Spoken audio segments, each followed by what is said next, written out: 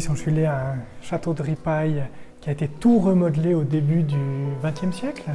Exactement, pour le propriétaire de l'époque qui s'appelait Frédéric Angel-Gros. Et là, nous sommes dans les cuisines qui étaient équipées vraiment avec le dernier progrès. Et on peut voir aussi la reconstitution de ces cuisines comme elles étaient à l'époque. Et c'est l'une des nombreuses salles du château vraiment qui sont reconstituées à l'identique. Et on a l'impression que les propriétaires sont absentés quelques instants et qui vont revenir. Et il avait le souci d'être à la pointe du progrès.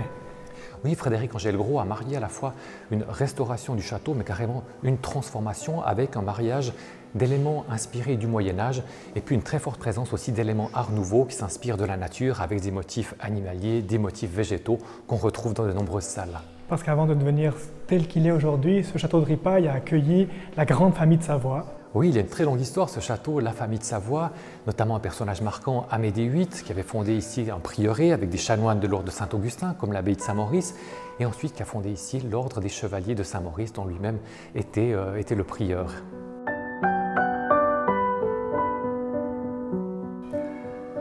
Nous avons ici une salle à manger. On peut observer la vaisselle avec le monogramme d'Angel-Gros et de son épouse, avec un fil aussi, le symbole de son entreprise DMC.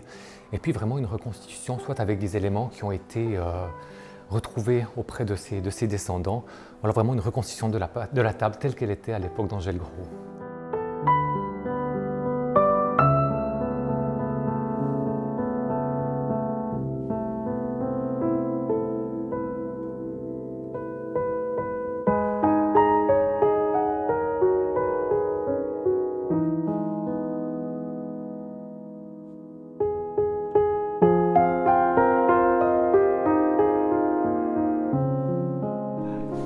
C'est emblématique du lieu.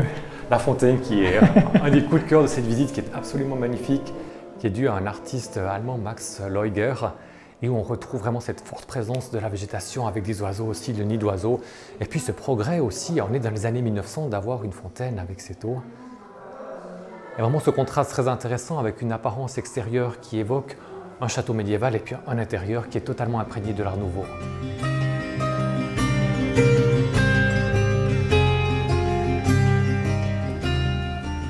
Et le soin des aménagements est absolument remarquable, notamment ces espaces près des fenêtres.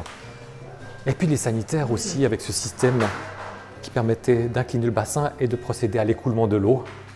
On se mouille un peu les pieds quand même, je pense. Il fallait faire ça prudemment, Pierre. Et là, on a juste envie de s'installer avec un livre. Mais prenez place.